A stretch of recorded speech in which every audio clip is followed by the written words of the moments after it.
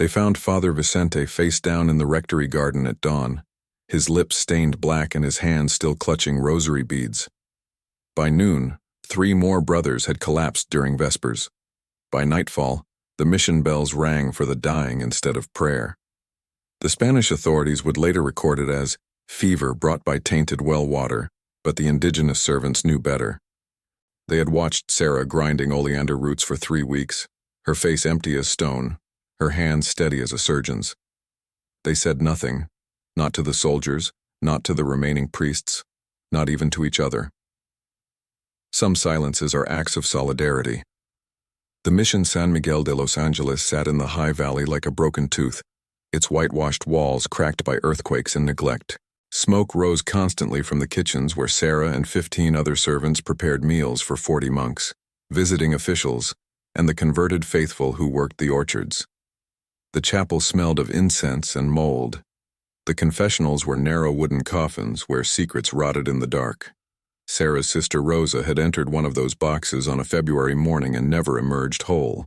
What Father Vicente did to her in that darkness, under the seal of confession, behind the latticed screen where God was supposed to listen, broke something in Rosa that could not be mended with prayer or time. Rosa had tried to speak. She told the Mother Superior. She told Father Domingo, the eldest monk. She told the alcalde when he visited to inspect the mission's accounts. Each man listened with the patience reserved for hysterical women and difficult children, then reminded her that Father Vicente was a man of God, that the devil often speaks through female mouths, that she must pray for forgiveness for whatever thoughts had led her to such slander. Rosa stopped eating. She stopped speaking. 3 months later, they found her floating face down in the irrigation canal, her dress heavy with water, her hands scraped raw from trying to climb the stone walls.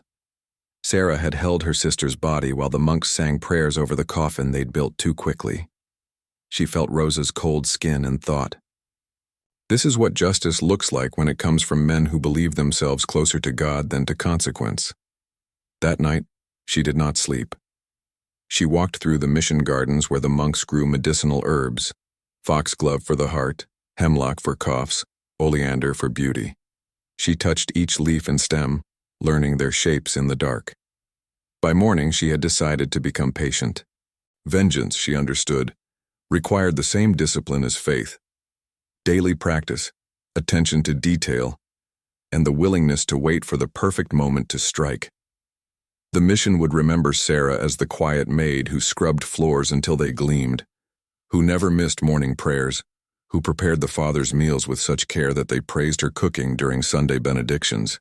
They would not remember, because they never noticed, how carefully she had been watching, measuring, and preparing for the 7 men who had silenced her sister's voice. Chapter 1. Sarah woke before dawn, as she had every day for 6 years. The servant quarters smelled of sweat and packed earth, 20 women sleeping shoulder to shoulder on woven mats. She dressed in darkness, the rough brown shift, the apron stained with kitchen grease, and tied her hair back with twine. Her hands moved automatically, her mind already in the kitchen counting portions, measuring time. The mission was still asleep except for the roosters and the old dog that guarded the chapel door. Sarah crossed the courtyard where moonlight caught the edges of broken tiles, where weeds pushed through cracks in the Spanish stone. The well stood at the center, its water cold and clean despite what the authorities would later claim. She drew a bucket and drank, feeling the chill travel down her throat. Rosa used to joke that mission water tasted like penance. Sarah no longer found anything funny about this place. In the kitchen, she lit the fire and waited for the flames to catch. The room slowly revealed itself. Hanging copper pots, strings of dried chilies, sacks of corn flour, the long wooden table scarred with knife marks. This was her domain, where she spent 12 hours daily preparing meals that sustained men who believed their souls more valuable than hers. She knew every surface, every shelf, every hiding place. She knew which monks ate heartily and which picked at their food. She knew Father Vicente preferred his stew thick, his bread warm, his wine slightly sweetened with honey. She also knew that oleander grew wild on the hillside beyond the orchards, that its white flowers were beautiful enough to decorate altars, and that its roots, When dried and ground to powder, dissolved invisibly in liquid and killed slowly enough to resemble natural illness. She had learned this from the old indigenous healer, who sometimes traded herbs with the mission. The woman had said nothing when Sarah asked about poisons, only handed her a cloth-wrapped bundle and whispered, "Grief has its own grammar. Sometimes there are no other words." 3 other women arrived as the sun breached the eastern hills. They worked in silence, kneading dough, chopping vegetables, plucking chickens. Sarah moved among them like a ghost, her face expressionless, her hands efficient. They had all loved Rosa, the girl who sang while washing clothes, who braided flowers into her hair, who had believed the monks when they promised that the mission would protect her. Her death had taught them that protection was a word men used when they meant control. "Father Vicente wants his breakfast early today," said Maria, the oldest among them. "He's meeting the bishop at noon." Sarah nodded. Her heart beat steady as a drum. "I'll prepare his tray personally." She walked to the pantry where dried herbs hung from rafters. Her fingers found the small leather pouch hidden behind a sack of salt, the powder she had been grinding for 3 weeks, a few petals and roots at a time, always careful to leave no trace. She measured a pinch into her palm. It looked like any other spice, brown and fine as ground pepper. She had tested it on a rat 2 days ago. The creature had died within hours, seizing and frothing. The monk's refectory bell rang at 6. Sarah carried Father Vicente's tray across the courtyard. Warm bread, honey, cheese, and a clay cup of spiced chocolate sweetened with cinnamon, and the thing that would end him. Her hands did not shake. She felt Rosa walking beside her, cold and dripping, whispering yes with each step. Father Vicente sat alone at the head table, reading scripture by candlelight. He was 50, gray-bearded, with hands that looked soft despite decades of mission work. He smiled when Sarah approached. "Bless you, child. You make the mornings bearable." She placed the tray before him and stepped back, eyes lowered in the posture of humility the monks demanded.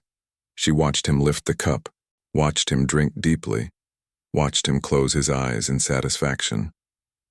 "Excellent," he murmured. "You've perfected the recipe." "Thank you, Father." Her voice was calm as river water. She returned to the kitchen and resumed her work, chopping onions, stirring pots, scrubbing pans. Around her the mission woke fully. Monks shuffling to morning prayers, children running toward the schoolroom, workers heading to the fields. The day unfolded like any other, routine and predictable. But Sarah felt something shift in the air, like the moment before thunder when the world holds its breath. By mid-morning, Father Vicente had vomited twice and retired to his quarters complaining of stomach pains. By afternoon, his hands had begun to tremble. Sarah heard the news from one of the novices who came asking for ginger tea. She prepared it carefully, adding nothing unusual. Not yet. The poison needed time to work, to spread through his blood like judgment creeping through corrupt wood. That evening, as she scraped plates and washed dishes, Sarah allowed herself one small moment of satisfaction. The first blow had been struck, 6 more remained. She thought of Rosa's scraped hands, her waterlogged dress, her silence in that confession box where Father Vicente had stolen something that could never be returned. Justice, Sarah had learned, was not something heaven delivered. It was something you built yourself, one careful action at a time, until the weight of consequence finally crushed those who believed themselves untouchable. Chapter 2. Father Vicente did not die that first day, nor the second. The poison Sarah had chosen worked slowly, accumulating in the body like debt. She had learned patience from watching the monks themselves, how they waited years to collect tithes, how they measured salvation in lifetimes. She could wait a few more weeks if it meant certainty. The mission fell into an uneasy rhythm. Father Vicente remained in his quarters, attended by Brother Alfonso, the mission's physician, who prescribed bloodletting and herbal tonics that did nothing except weaken the patient further. The other monks whispered about bad humors and God's mysterious trials. Sarah listened to everything while scrubbing floors outside the infirmary door, her ears sharp as knives. She learned that Father Domingo, had been the one who dismissed Rosa's accusations as female hysteria. That Brother Matteo had laughed and called her sister dramatic. That Father Ignacio, Father Vicente's closest friend, had threatened Rosa with expulsion if she continued spreading vicious lies. 3 more names added to the list she carried in her mind like prayer beads. 7 men who had chosen to protect a predator instead of a victim. The mission's daily operations continued. Sarah worked her usual hours: kitchen duty at dawn, laundry in the afternoon, evening prayers before the sparse dinner. She had become invisible through consistency, a piece of furniture the monks noticed only when something went wrong. This invisibility was her greatest weapon.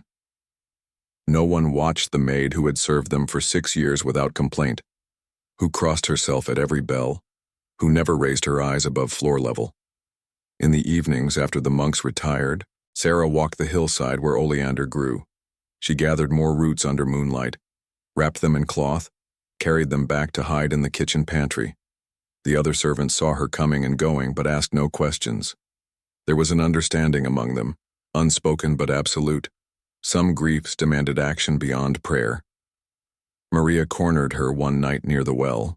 The old woman's face was weathered as old leather, her eyes sharp. "Be careful, child," she whispered. "The Spanish have long memories." "So do I," Sarah replied. Maria studied her for a long moment, then nodded. "Your sister deserved better than water and silence.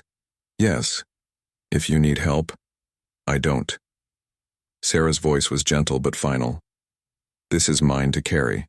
The old woman touched her shoulder once, then walked away. Sarah understood that this brief conversation had been both warning and blessing. She was not alone in her anger, but she would be alone in her actions.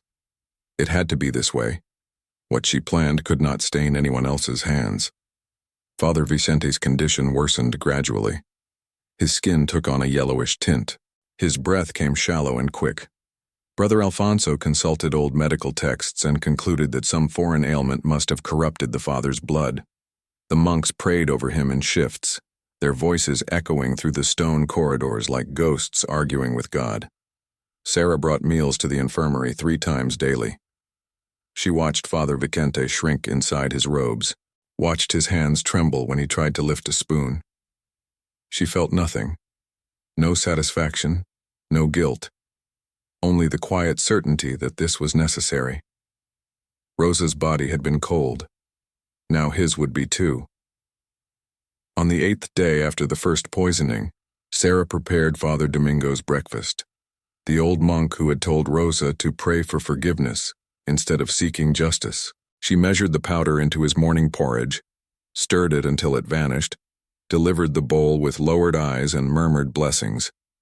Father Domingo ate heartily, praising the cinnamon flavor. By evening he was vomiting. By midnight he had joined Father Vicente in the infirmary, both men shaking and sweating while Brother Alfonso frantically mixed useless remedies. The mission buzzed with fear. 2 fathers ill within days of each other. Surely this meant plague or curse. The indigenous servants were questioned harshly. Had they seen rats near the food stores? Had they noticed strange visitors? Had anyone touched the well?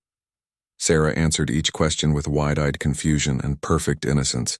She was just a maid who followed orders. How could she know anything about illness? The interrogations revealed nothing because there was nothing to find except Sarah's rage. And rage looked exactly like grief when worn by women in rough brown shifts. The Spanish authorities saw what they expected. Simple servants upset by the suffering of their spiritual fathers, worried that disease might spread to the quarters where they slept in rows. That night, Sarah ground more oleander. Her hands worked steadily in the darkness while around her the other women pretended to sleep. She thought about how men built institutions to protect themselves. Churches, laws, hierarchies of power that made certain people untouchable.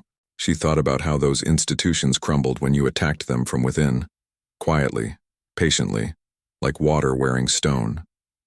5 more monks to go. Then perhaps Rosa could rest. Then perhaps Sarah could look at herself in the well water without seeing a ghost.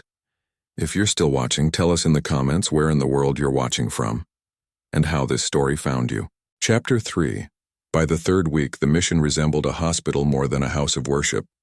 4 monks now lay in the infirmary. Father Vicente barely conscious, Father Domingo raving with fever, Brother Mateo, who had laughed at Rosa, vomiting blood, and Father Ignacio sweating through his robes while whispering prayers no one could understand. The remaining monks moved through the corridors like frightened animals, jumping at shadows, avoiding each other's eyes. They had sent for the bishop and a proper physician from the colonial capital, but the roads were flooded with spring rains and help was days away. The mission felt increasingly like a prison, its walls closing in, its air thick with incense meant to ward off plague and evil spirits. Sarah continued her work with mechanical precision. She cooked, cleaned, served, and observed. The fear rippling through the monastery pleased her in a distant way, like watching storm clouds gather before rain. These men had lived so long without consequence that they had forgotten what fear felt like. Now they remembered. Brother Alfonso, the physician monk, had begun conducting his own investigation. He questioned the kitchen staff extensively, examined food stores, tested the well water. He was methodical and intelligent, more dangerous than the panicked priests. Sarah watched him carefully, adjusting her patterns, ensuring she left no trace. One afternoon, he cornered her in the pantry. "You prepare most of the father's meals, yes?" "Yes, brother." She kept her eyes down, her hands busy organizing sacks of grain. "Have you noticed anything unusual? Strange visitors? Unfamiliar herbs?" "No, brother. Only what we've always used." He studied her with sharp eyes that missed nothing. Sarah felt him trying to see past her servile mask, trying to find the truth beneath obedience. She remained perfectly still, a mouse under a hawk's gaze. Finally, he nodded and walked away, frustrated but finding nothing. That night, Maria approached Sarah in the servants' quarters. "Brother Alfonso suspects something," she whispered. "He's not stupid like the others." "I know. Perhaps you should stop." "No." Sarah's voice was flat, final. "Not until it's finished." The old woman crossed herself. "God have mercy on your soul." God had no mercy on Rosa's. Sarah lay down on her mat and closed her eyes, signaling the conversation was over. She dreamed that night of her sister, not drowned and cold, but alive and laughing, braiding flowers into Sarah's hair like she used to do. In the dream, Rosa whispered, "Don't stop. Make them remember. Make them pay." Sarah woke with tears on her face and iron in her heart. The next morning she poisoned Father Sergio, the mission's treasurer who had called Rosa a liar to her face. She added the powder to the communion wine he drank each morning before dawn prayers. He collapsed during Mass, convulsing at the altar while the congregation screamed. They carried him to the infirmary where he joined the others in their slow dying. 5 monks sick, 2 more to go. The pattern was becoming obvious now. Only the most senior fathers were falling ill. Only those who attended the private councils where mission business was decided. Brother Alfonso noticed this immediately. He gathered the remaining healthy monks and delivered his conclusion. This was not disease but deliberate poisoning, and the poisoner was someone with access to their food and daily routines. Panic ignited like dry grass. The monks barricaded themselves in their quarters, refusing to eat anything not prepared by Brother Alfonso personally. They accused each other, accused the servants, accused visiting merchants. They sent urgent letters to the colonial authorities demanding soldiers, investigators, executioners. Sarah understood that time had become her enemy. She needed to finish quickly before Spanish justice arrived with its torches and ropes. She had seen what they did to indigenous people accused of crimes against the church, public hangings, bodies left to rot as warnings. She was not afraid of death, but she was afraid of dying before completing what she had started. The remaining targets were Father Tomas and Brother Juan, both of whom had been present when Rosa made her final desperate plea for help, both of whom had dismissed her with cold efficiency. They now ate only bread and water blessed by Brother Alfonso, slept behind locked doors, and moved through the mission in groups of 3 or more. Sarah adapted. She could not reach their food, so she would reach their water. She ground oleander into the finest powder imaginable, and dusted it onto the cloth towels kept in the wash basin where the monks cleaned their hands before prayers. The powder was invisible, nearly tasteless, and would absorb through skin over time with repeated exposure. She had learned this technique from the old healer who had given her the first bundle of roots. "Skin drinks poison as readily as mouths," the woman had said, just slower, more painful. Sarah had not understood the hatred in the healer's voice then. She understood now. 3 days later, Father Thomas developed a rash on his hands that spread to blisters, then to shaking, then to the familiar vomiting and weakness. By week's end, Brother Juan followed the same progression. Both men joined their brothers in the infirmary, which now resembled a charnel house more than a place of healing. 7 monks dying simultaneously. The pattern was unmistakable. Brother Alfonso knew exactly what was happening even if he couldn't prove how. The mission fell into terrified silence, everyone watching everyone else, trust completely shattered. Sarah finished her work and waited. Chapter 4. The soldiers arrived on a gray morning when fog hung thick as wool across the valley. 20 men on horseback, led by a captain whose face bore the expression of someone who had seen everything terrible and believed in nothing good. They dismounted in the mission courtyard, their armor clanking, their hands resting casually on sword hilts. The remaining healthy monks, only 12 of the original 40, greeted them with desperate relief. They led the captain through the infirmary where 7 men lay dying, their bodies wasted, their skin yellowed, their eyes sunken into skull-like faces. The captain examined them without emotion, then demanded to speak with whoever managed the kitchen. Sarah stood in a line with the other kitchen servants, her face blank, her hands clasped before her. The captain walked slowly down the row, studying each woman as if memorizing their features. When he reached Sarah, he stopped. "You," he said, "how long have you worked here?" 6 years, senor. And you prepare the father's meals?" "Yes, senor, with the other women." His eyes were cold as January frost. Strange that only the senior monks fall ill. Strange that it happened over weeks, not all at once like plague would. He leaned closer. "What do you know about poison?" "Nothing, senor. I know only cooking and prayer." He studied her for a long moment, searching for guilt in her expression. Sarah had practiced this emptiness for weeks, the face of a simple woman, uneducated and incapable of complex thought. She showed him exactly what he expected to see. A servant, exhausted and frightened, too limited to orchestrate something so calculated. Brother Alfonso was not fooled. He approached the captain and spoke in urgent whispers, gesturing toward Sarah. The captain listened, nodded, then ordered her isolated in a storage room while he conducted further investigation. 2 soldiers escorted her across the courtyard and locked her inside a windowless chamber that smelled of dried corn and mouse droppings. Sarah sat on the floor and waited.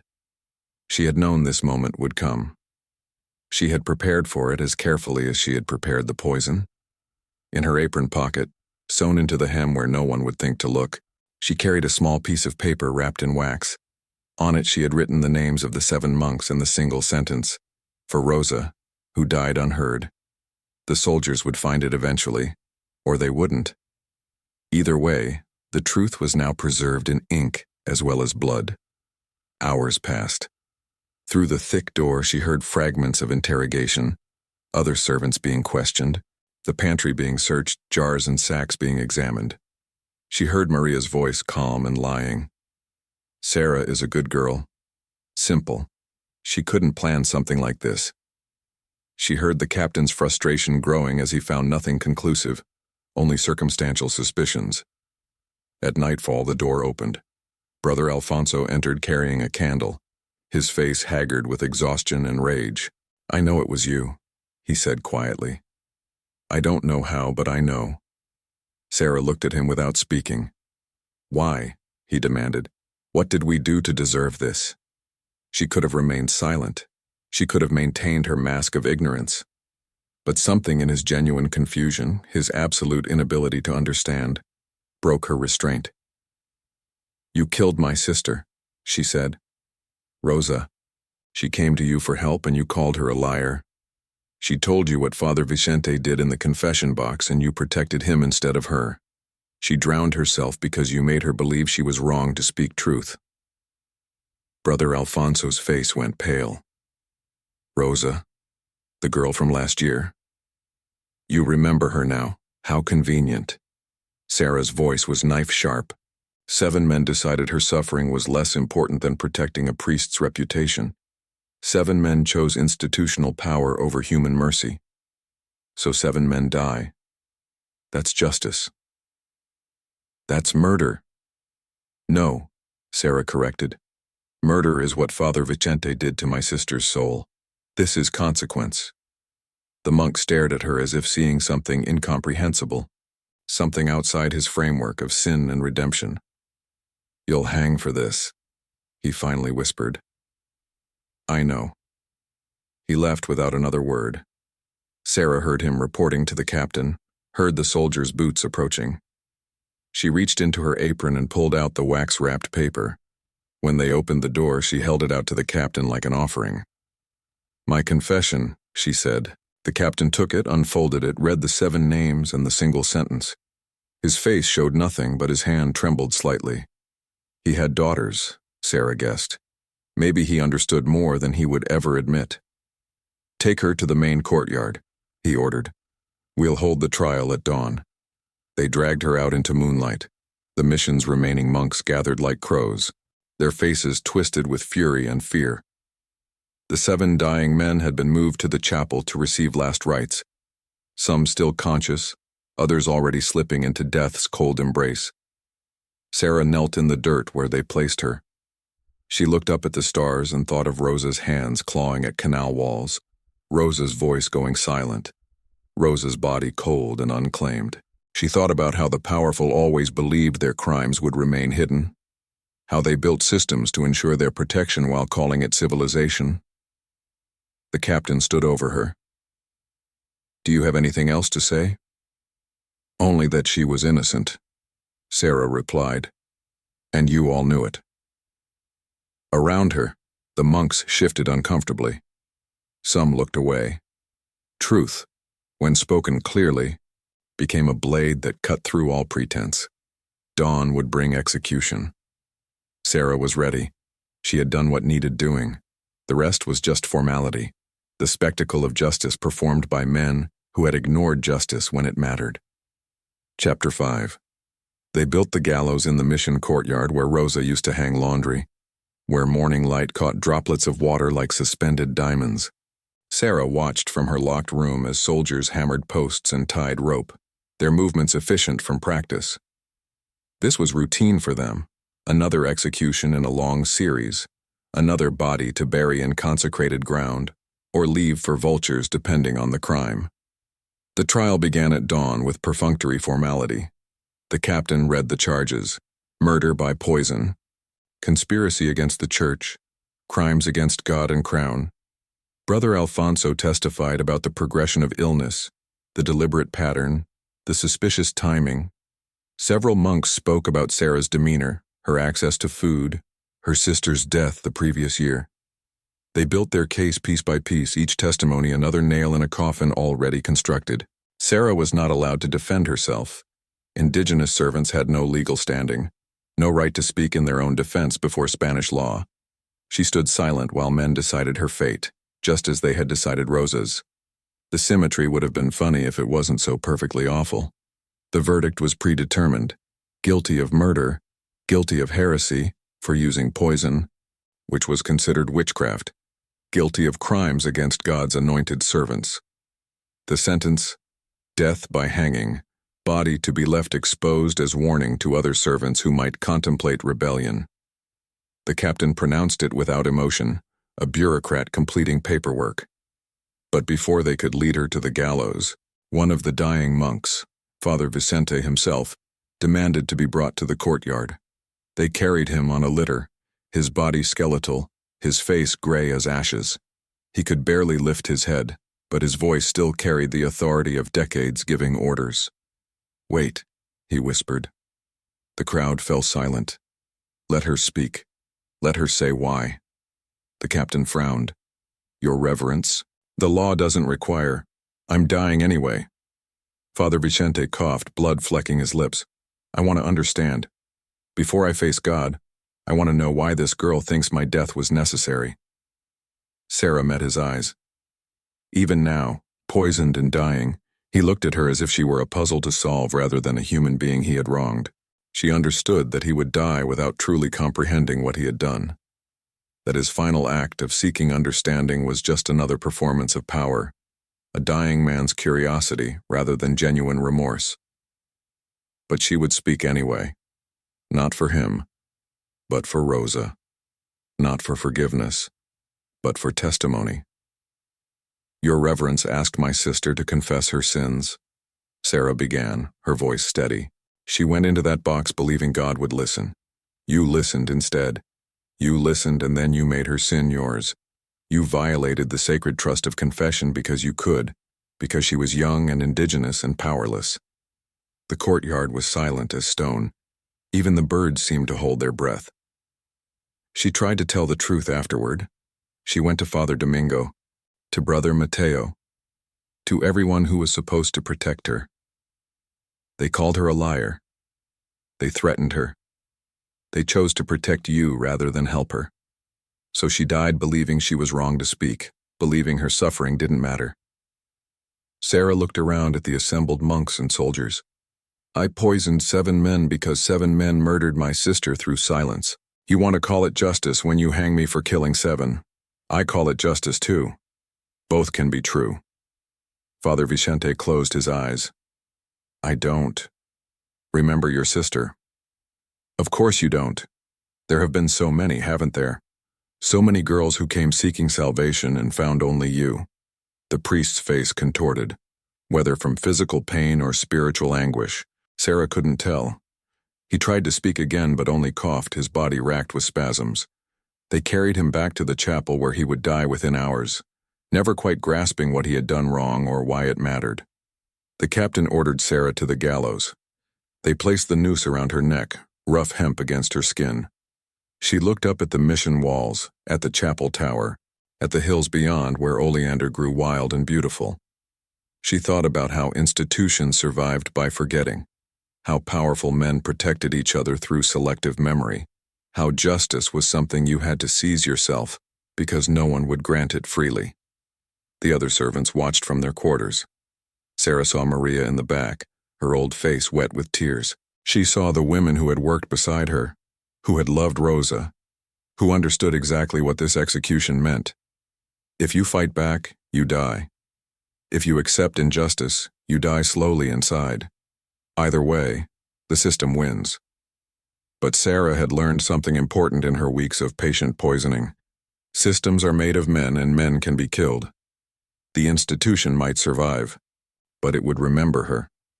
Every time a monk drank from an untested cup, every time they wondered about servant loyalty, every time they looked at indigenous women and saw potential rather than powerlessness, that would be her legacy.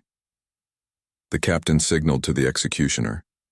Sarah closed her eyes and thought of Rosa's smile, Rosa's singing, Rosa's hands weaving flowers. She thought about how love sometimes demands violence, how mercy sometimes requires refusal to forgive. The noose tightened. If this story kept you holding your breath hit-like, it helps us bring more forgotten histories back to life. Chapter 6. They left Sarah's body hanging for 3 days as required by law, a warning against rebellion written in flesh and rope. The mission servants were forced to pass beneath her corpse on their way to morning prayers, to work, to meals. Some looked away. Others looked up and whispered prayers in languages older than Spanish, older than Christianity, older than the concept of confession boxes where innocents went to die. On the 2nd day, Father Vicente died.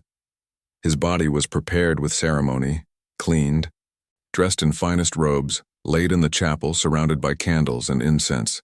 He received full funeral rites despite dying from poison, because he was a priest and the church protects its own even in death. They buried him in consecrated ground with prayers for his soul's redemption. Father Domingo died on the 3rd day, Father Ignacio on the 4th. The others followed like dominoes toppling. each death preceded by hours of agony and incoherent prayers. Brother Alfonso tended them to the end, exhausted and defeated, watching his medical knowledge prove useless against Sarah's patient calculation. 7 men died over 2 weeks, and the mission bells rang constantly, death knells echoing across the valley like a dirge for something larger than individual lives. The soldiers cut Sarah down after 3 days and threw her body in unconsecrated ground outside the mission walls, no prayers or ceremonies. Her grave was unmarked, just disturbed earth among weeds and broken stones. The captain ordered the servants to forget her name, to never speak of her again, to erase her from memory as if she had never existed. But memory is more stubborn than orders. The servants remembered. They whispered her story in darkness, passed it to their children, wove it into songs disguised as lullabies. They remembered Rosa too, the girl who spoke truth and drowned for it. The story became legend. The maid who killed 7 monks who chose vengeance over survival, who proved that power could bleed. Brother Alfonso survived because he had been honest in his investigations, because he had tried to help rather than dismiss. He left the mission 6 months later, unable to continue serving an institution that had enabled Father Vicente's crimes through willful blindness. Before departing, he wrote a detailed report documenting everything: Rosa's accusations, the father's responses, Sarah's confession, the systemic failure. He sealed it and sent it to the bishop with a recommendation that the mission be investigated for corruption. The report was received and filed. No investigation followed. The church, like all powerful institutions, preferred convenient forgetfulness to uncomfortable truth. The official record stated that 7 monks died of plague, that an indigenous servant went mad with grief and was executed for her crimes, that the mission suffered temporary difficulties but continued its sacred work. But unofficial records survived too. Travelers who passed through the valley spoke of a haunted mission where monks died mysteriously. Indigenous communities told stories about a girl who poisoned her sister's murderers and became a ghost who protected women from predatory priests. The legend grew with each telling, becoming larger than historical fact, a symbol of resistance, a reminder that the powerless could still fight back. Years later, the mission was abandoned after another earthquake cracked its walls beyond repair. Nature reclaimed the courtyard where Sarah had hung, where Rosa had hung laundry, where 7 monks had eaten poisoned meals. Vines covered the gallows, wildflowers grew between broken tiles, and oleander bloomed each spring in profusion. White flowers beautiful as angels, deadly as judgment. Historians would later debate whether the story was true or apocryphal. Some argued the deaths were coincidental, that disease rather than poison claimed the monks. Others pointed to Brother Alfonso's sealed report, to the patterns in the deaths, to the testimony of servants who had watched Sarah grinding roots by moonlight. The truth, as always, lived somewhere between documentation and legend. What mattered was not whether every detail was verifiable, but what the story represented. A refusal to accept injustice silently, a willingness to pay the ultimate price for accountability, a demonstration that even the most powerless person could become an agent of consequence. The mission's ruins still stand in that high valley. Tourists sometimes visit, drawn by stories of the haunted monastery. They walk through broken corridors and overgrown gardens, taking photographs of crumbling walls. Most never learn about Sarah or Rosa, about the confession box where innocents died, about the 7 graves in consecrated ground, and the 1 unmarked burial outside mission walls. But sometimes, on quiet evenings when wind moves through oleander and chapel bells are long silent, people say they hear singing. A young woman's voice, clear and defiant, carrying a melody that sounds like both grief and triumph. They say it's Rosa, or Sarah, or both of them together, refusing to be forgotten despite every effort to erase them from history. The mission kept no official record of Sarah the maid except a single line in the execution registry. Indigenous female, name unknown, hanged for murder. But the servants kept their own records, oral histories passed generation to generation, stories told in kitchens and fields, testimonies that refused to die despite institutional silence.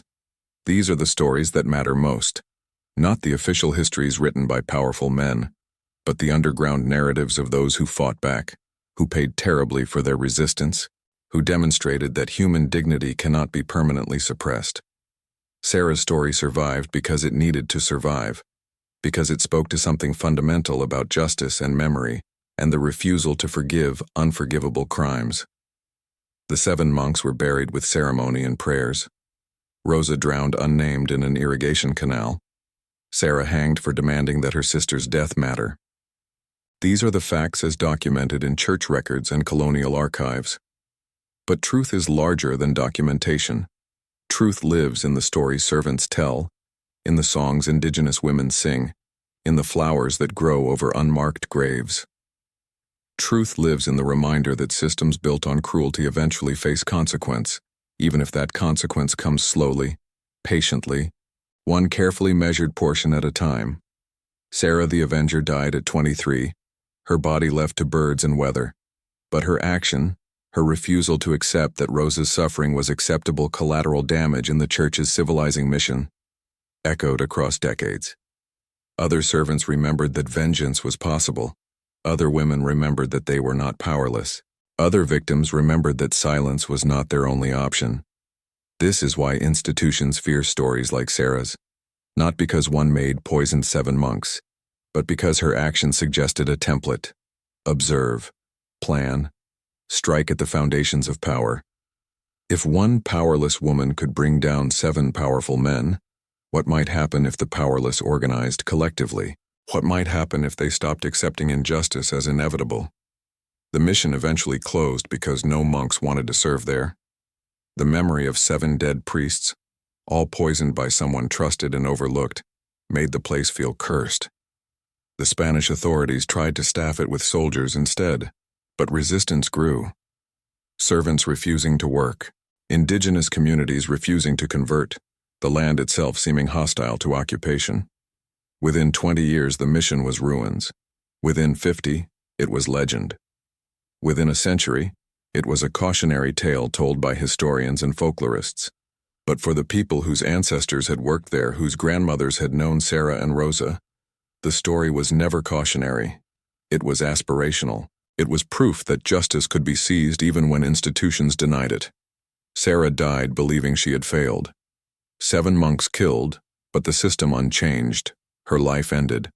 Rosa still dead and unavenged in any meaningful way. She could not have known that her action would reverberate across generations, that her name would become synonymous with resistance, that mothers would whisper her story to daughters as both warning and inspiration.